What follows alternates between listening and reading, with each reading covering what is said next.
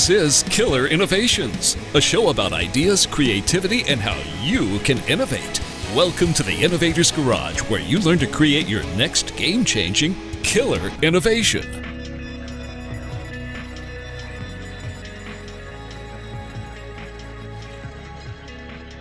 Welcome to Killer Innovations. I'm your host, Phil McKinney. We are here back in Colorado. As you've been following on the show, we've been doing a string of shows from our time at the Consumer Electronics Show. Had a great show this year, a lot of great interviews, and we're still digging through all of those interviews, and we'll be producing those as we go on with regards to more and better content about. And this year's show was really interesting. A lot of AI. AI was kind of the big thing this year. And it got to be so crazy at the show. Nothing like hanging out with 180,000 of your nearest and dearest friends in Las Vegas, that we actually had companies that we were trying to get to in Las Vegas that we were unable to get booked.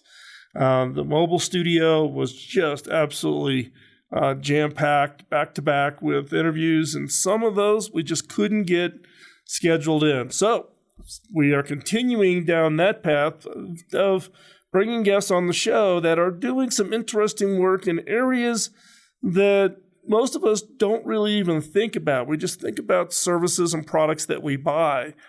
But in many cases, there may be another company, another level of technology that is behind the scenes that we just normally don't think about. So today's show, we have a guest that we tried to get scheduled into Las Vegas, was unable to do that. And I'm not going to blow the whole storyline. I'm going to let their CTO share their background and about the company and the technologies that they actually make available to other companies that then turn into services that you in your homes and in other areas may be experiencing. So the technology behind the technology is the theme for today's show. So with that, let me bring on today's guest. It's Arsham Hatambeiki from Universal Electronics, or what they refer to as UEI. Arsham, how are you doing today? I'm doing great. Thanks for having me, Phil. So what I'd like for you to do, first of all, is give us a little bit of background on yourself. Now, as you and I were talking before we started the recording, just for full disclosure here, UEI got introduced to me through a mutual contact, Sajif Jahil. Sajif actually serves on the board at UEI, and Sajif and I were peers at HP, where I was CTO. Sajif was the chief marketing officer. And if you're not familiar with Sajif's name, he is the former chief marketing officer at Apple. So Sajif was the one who actually was trying to facilitate getting us together, and scheduling in Las Vegas is absolutely nuts. But Arsham, give me a little bit of background on yourself. Introduce yourself to the audience. Sure. So background, I've always been in technology. I actually started in what you can consider to be machine learning before machine learning was a term. And later on, my research was primarily in wireless network security. As I joined UEI, focused on higher-end CDA, home automation platforms, complete end-to-end, kind of like a Windows mobile device, handheld device, something like an iPhone before the iPhone, that you can fully automate everything from security to lifestyle applications in a home. But typical install back at a time was 150 to 200K plus type installs of a complete quote-unquote smart home. Beyond that, got involved in a whole series of standards-based new RF technologies and solutions in UEI, kind of the inception of what is now powering all the voice control, like set-top boxes, smart TVs. And it's just last year, we actually just announced 100 million voice remote controls shipped, which is, it's exciting. And have dabbled everything from cloud services, SaaS offerings that are integrated into, say, other products, and hardware solutions that enable basically the same experience in an embedded form. It's been fun. Go on, please. Yeah. So where'd you go to school at? So I did my master's in San Francisco, actually, and that's where I was joining a little startup that's UEI 15, 16 years ago, acquired the startup, and I ended up moving down to Southern California. Only about 2 years ago, I moved back to the Bay. So it's good to be back home. So you were the product of an acquisition. So, and That actually, it's is funny correct. because my background was the same way. I was with a little bitty software company that then got acquired by Computer Sciences Corporation, and then it just led to a whole series of experiences of being relocated and living all over the world for CSC. And so, so as a kid, were you always interested in tech, even as a kid?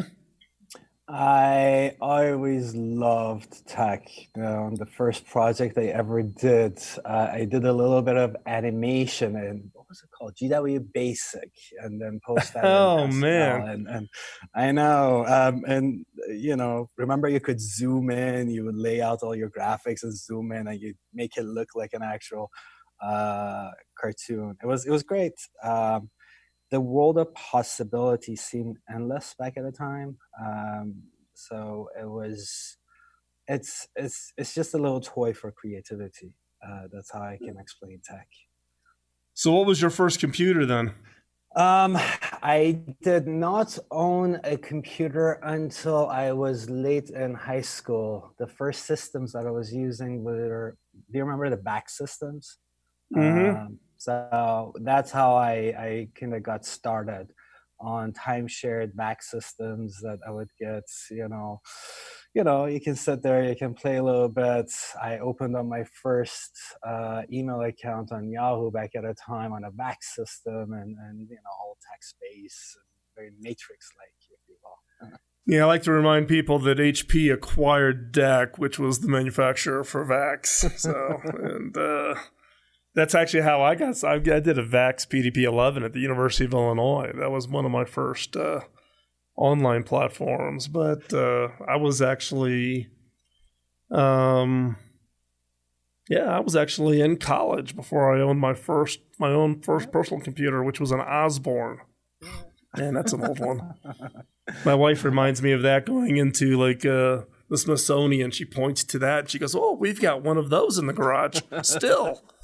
And yes, it still boots up. Well, the best was the social aspect of it. What was it called? It was something like a ping. It was a thing. So you could actually start chit-chatting with somebody sitting 2 tables down and, it was good times.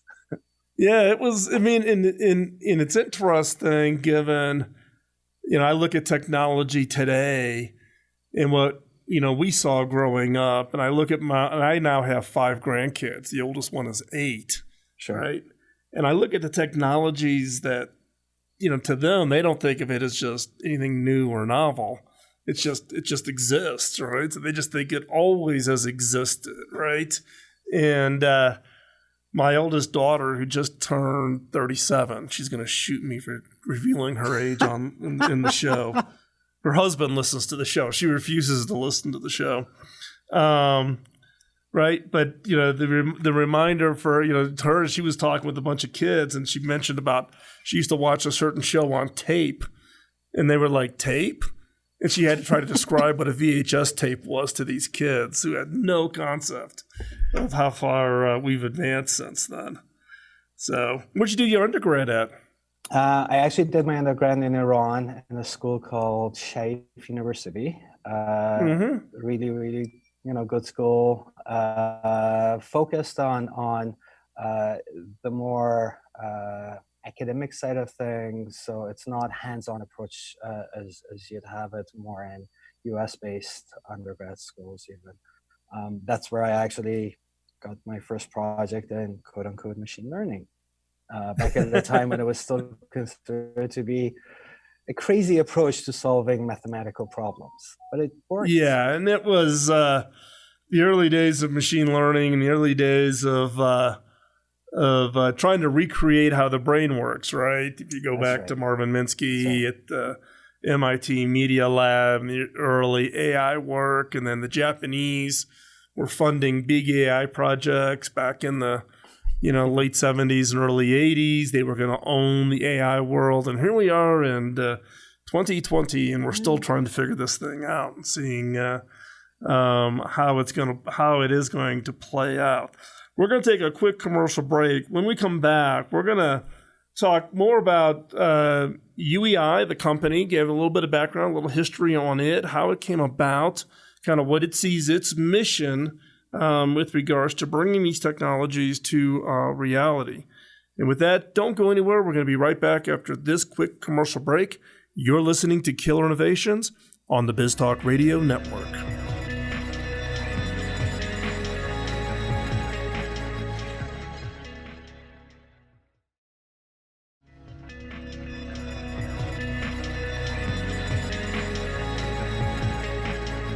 Welcome back to Killer Innovations. We're continuing our conversation with Arsham from UEI. So let's talk a little bit about UEI. It's not a company name that I'm going to guess 90% of the people have never heard of, right? So give us a little bit of history on what is UEI and what do you do and how did the company come about? What's its history here? Sure. So I'm willing to make a dollar bet that every single one of your listeners will have a product of ours in their living room, any one of them. Now, the company is a NASDAQ-listed public company. It actually went public in 1993, so it's been around for a while. It started with a very basic concept of making life easier, both for the consumers in their home and interacting with their AV equipment. That's how we got started, as well as operationally for the service providers and making sure that if they're carrying multiple variations of set-top boxes, and this is back at a time that the actual back end and the infrastructure was more controlled and dominated by set-top boxes than the operators.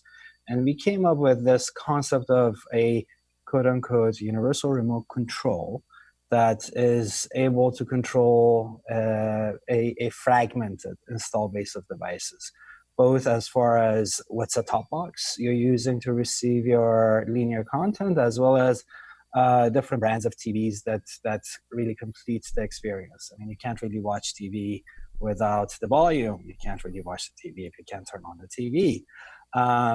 These are very basic problems, but in order to fix them, we had to start building a catalog, a knowledge graph of devices, their relationships, their capabilities, and their control protocols. So we started from infrared. We built that all into very small microcontrollers and put it inside a remote control, and voila, you have a single device that can now control 100% of the install base, from TVs to set-top boxes for an operator, and we offer the same experience in the retail domain as well as an aftermarket piece. Now, over time, the aftermarket piece has become a smaller portion of overall what we do.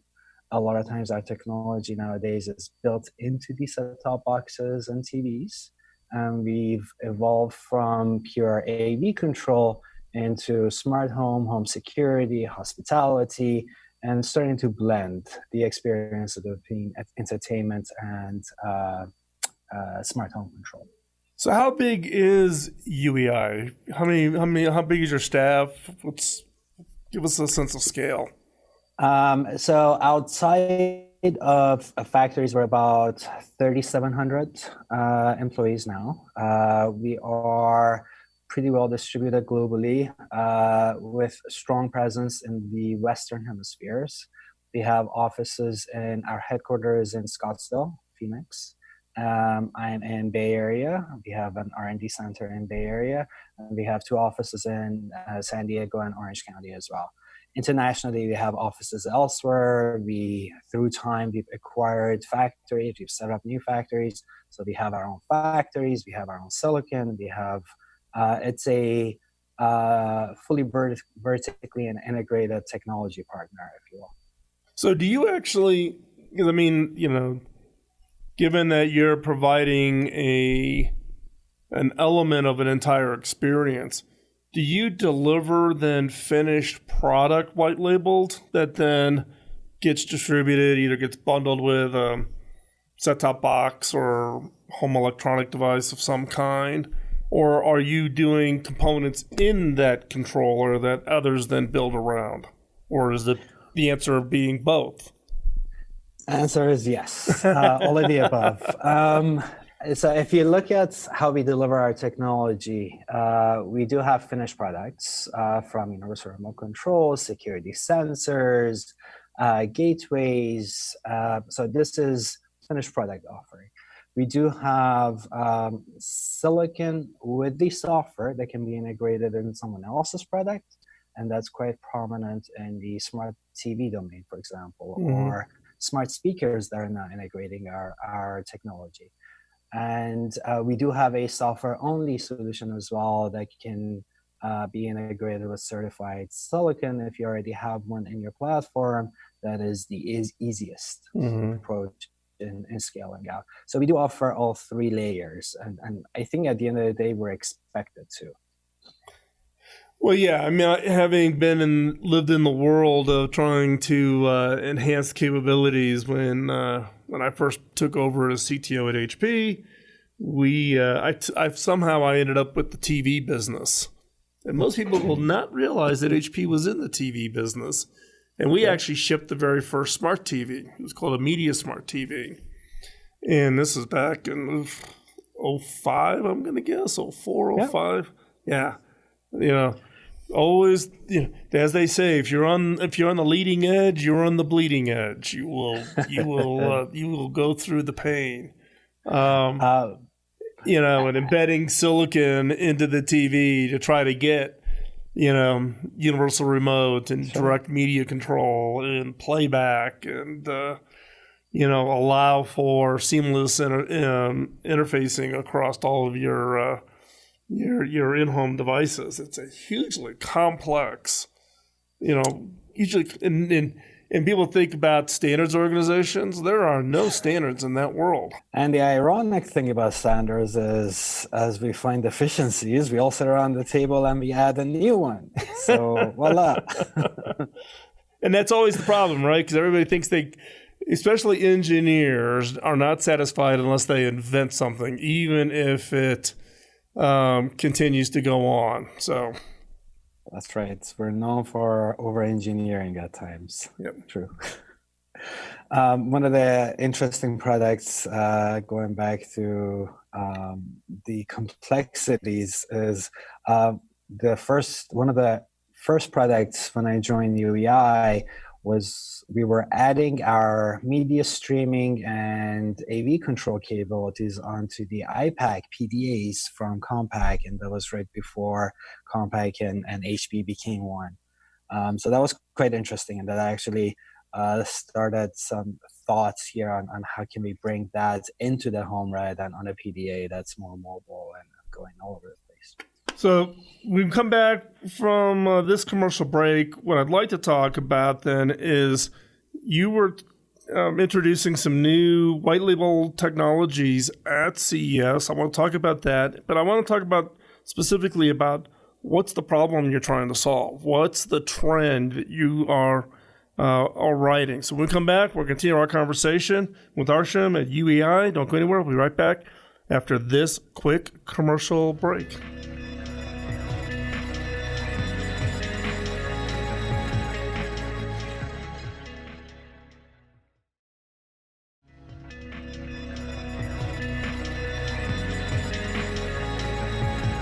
Welcome back. We're continuing our conversation with Arsham from UEI. So at CES, when Sajif reached out to me and said, hey, you got to meet with these guys, I did a little bit of work. Your team sent me a little bit of background information about what you were talking about at CES. But I want to back it up maybe a little bit and say, what was the opportunity or the problem? What triggered you to go down this path that you were heading? I mean, you've been in kind of the the tactile universal remote world. This is a little different, similar, kind of along the same path, but different. So what was that spark that got you heading down the path that you were heading down? Very good question. So I can really categorize into two groups. And if you look, it has been a slow transition for us. I can say our cloud services that were only introduced maybe about 3 to 4 years ago, right now power millions and millions of smart TVs and set-top boxes and enabling kind of unique and novel experiences. Actually, at CES, one of the major TV brands also announced some smart home capabilities natively built into their TV using our technology. And to us, that's only the start. When we look at consumer adoption of smart home, it's still in the early adopter stage. It hasn't made it into the early majority or post that. And for us, it's because it's not really integrated into the primary experiences that people have in the home right now. The devices that they primarily use in the home are still left on an island. And entertainment experience is completely different than what you do with the new shiny doorbell camera that you bought. And as long as that's the case, you still won't reach the heart of the market. You won't be able to deliver the values of the services. So since we already had roles to play in both sides of the market, we said maybe we're in a very good position to be the fabric that helps bring these two sides together in a way that still protects consumer choice. So basically helping the market evolve was one from a consumer perspective. And second is the need to do it in a way that brands still remain in control of their own experiences. And on that, I have all the respect for the Google Assistants and Alexas of the world, because they have the marketing power to actually bring about these new use cases and make them understood and well accepted. But what I can't agree with is a Facebook page model. Think about when the web started. If the web started as Facebook page, and that was the only way that anybody could have a presence, then every service and every brand would need to fit within these predefined sets of criteria on what services they can offer. They wouldn't be able to innovate. Amazon wouldn't exist. Instagram wouldn't exist.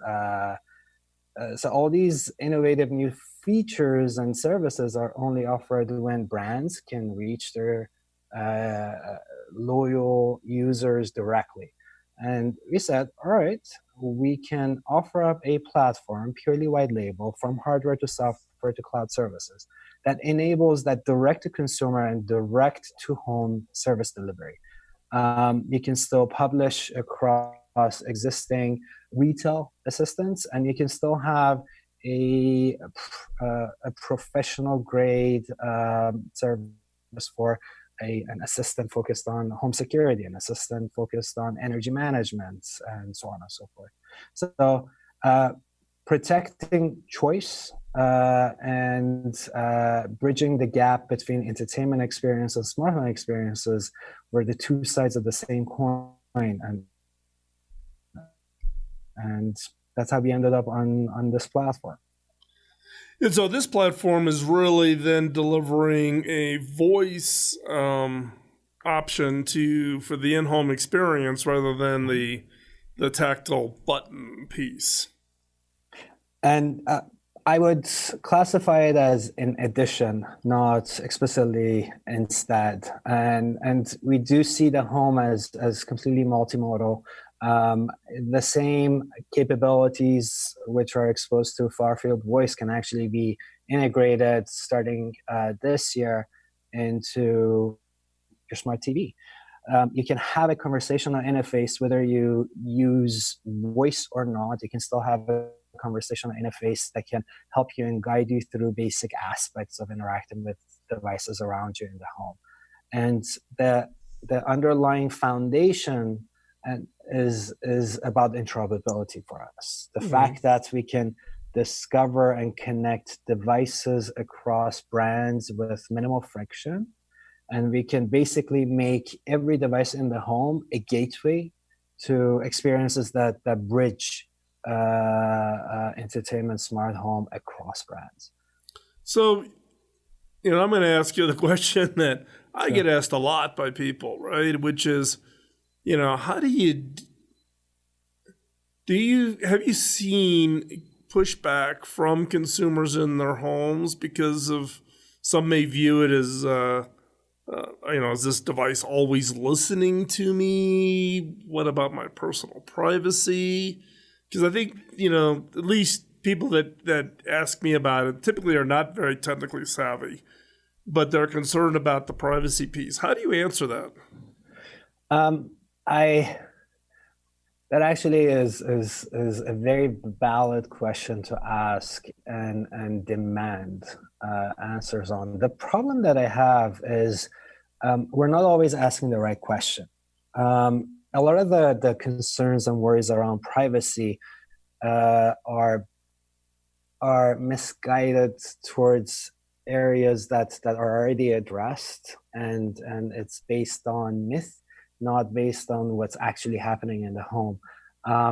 It is valid. I do think clear business models from brands will be the only way to address that beyond regulation and so forth, but regulation is always lagging. But having a clear business model stated by whoever is placing a product in your home would be step number one. If you're buying a product at below the cost of what it would be to build that product and support that product, then you should probably connect the dots that there's a reason that product is used as a loss leader, is coming into your home and has an alternative use case. We do think the consumers are better educated right now, but the future actually looks better. So I hope we're on the right path, and all signs indicate that we are.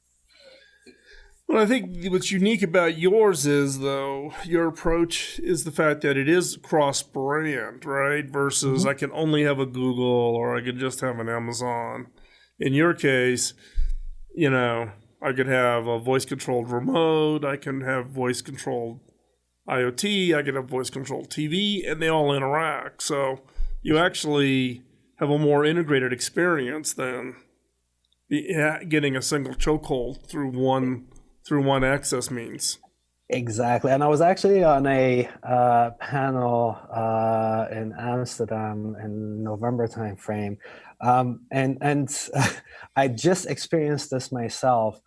Do you really want to have a single point of failure in your home? Do you really want to have a single brand that can hold your home hostage based on a service model change, based on any change? Or do you really want to have that distributed model in the home that if one goes down, you can still access and exercise everything you need through other devices in the home that can all communicate together properly, and they can still continue providing that quote-unquote service that a smart home is supposed to offer. Now, on the more, this is from a consumer perspective, more reliability. And the flip side of that is also a business model. Android, open source, great. I'll use Android as an example. However, Android without the non-open source services, the Google services, is really not that useful anymore. So if you look at interoperability, if interoperability ends up being that concept of a marketplace, then we need to be careful. Yep. Okay. When we come back from this commercial break, I want to continue on that point about being careful. And also, what advice would you give the listeners of the show about thinking about these kinds of cross-brand integrated innovations? Because I think it's an interesting topic that doesn't get enough talking to it. So we'll be right back after this quick commercial break.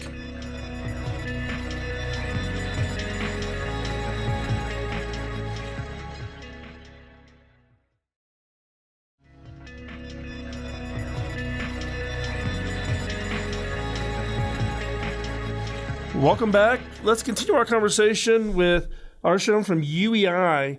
Now, the topic we were having, or the discussion we had in the last segment, was really around the differences between having control points from single vendors or multi-vendors and et cetera.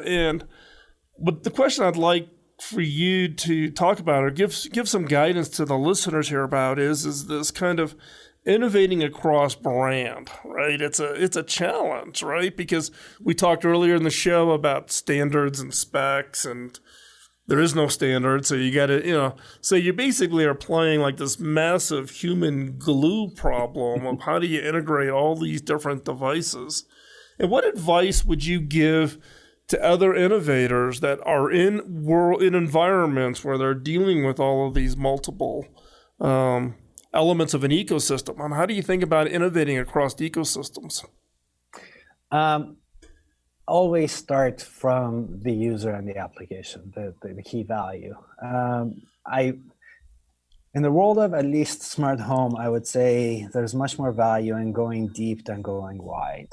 So if you pick a specific use case, such as independent living, and you pick the right experiences and then see what cross-brand interoperability is required, build the required hooks in place, that will give you control over the most valuable pieces of the solution.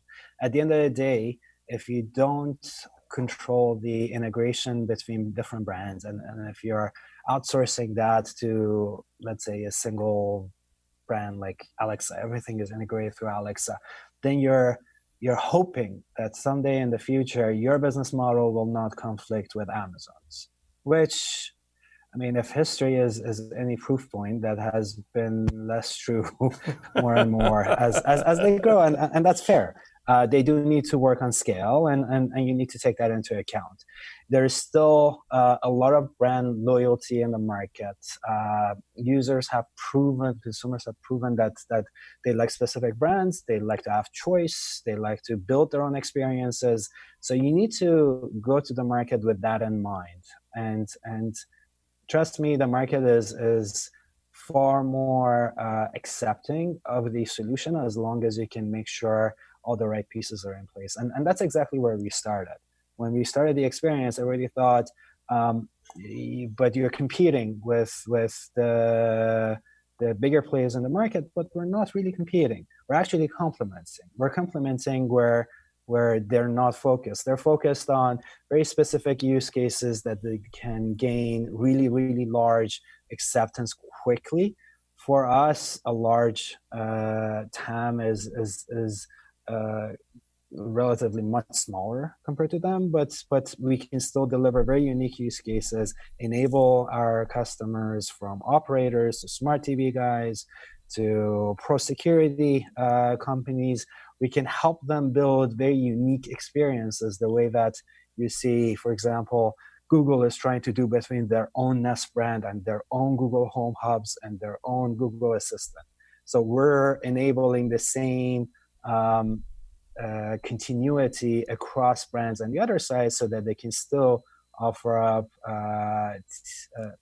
first-class experiences in the home. So in the case of UEI, when you think about what it is you do, for those companies that want to create the experience, is the value of a UEI relationship the fact that they get that cross-brand, right? So the companies you're dealing with are saying, look, I'm not going to go compete with Alexa or Siri or whatever, and I don't want to, it's not a research area that I want to fund that research. So find a partner who bridges me across even a broader ecosystem. So they come to you because of the relationships and the fact that your elements are already contained in so many devices that are already in the home. Do I get it right? That's exactly right. So we do believe in a multi-assistant world. So if you look at 2020, for example, you're already seeing 3 assistants running on the same device. And more often than not, we're the underlying technology for one of those 3 assistants. And we can help you both build that assistant capability inside your connected device, as well as we can help you bridge the gap between your device and other devices that are not running our assistant capability, but we already support them through our interoperability as a service. So we can offer both layers that would, at the end of the day, be necessary table stakes for offering anything new. Yeah. So, real quick, we're coming up on the end of the segment. If people want to find out more information about UEI and specifically this work on the white label offering, where's the best place for them to find out more information? QuicksetCloud.com would be the best place to get started. Okay, and what we'll do is we'll include that link in the show notes over at killerinnovations.com. So, Arsham, thanks a lot. Really appreciate you taking the time out of your schedule. Sorry we could not connect in Las Vegas, but through the power of Zoom, we are able to get together today. So I greatly appreciate you taking the time. Thank you, Phil. Appreciate it. So as we wrap up today's show, we are getting ready to hit the road again to do the Rural Innovation Tour. So if you've got an interesting innovation story, or you know of an interesting innovation story, I would absolutely love to hear about it. You can drop me an email directly at phil@killerinnovations.com, and we will be mapping out kind of our stops in the mobile studio as we head across the country this spring and early summer. So we're trying to lay out that schedule now. So please reach out and let us know, and we would love to stop by. And we're looking for interesting innovation stories in non-obvious places, like the story we did on Finn Gourmet Foods in Paducah, Kentucky. We are the feedback and the interest in those kinds of stories. We're going to try to do some more of those again this spring, this summer, but we need your help. If you've got an interesting story or know someone that has an interesting innovation story, let me know. We'd love to bring the studio to you and capture that. And with that, we appreciate you taking the time out of your busy schedule to join us here on today's show. If you're not a subscriber, hop on over to iTunes, Google, iHeart, Spotify, wherever you get your podcast. We're there. With that, we'll talk to you next week. Bye-bye.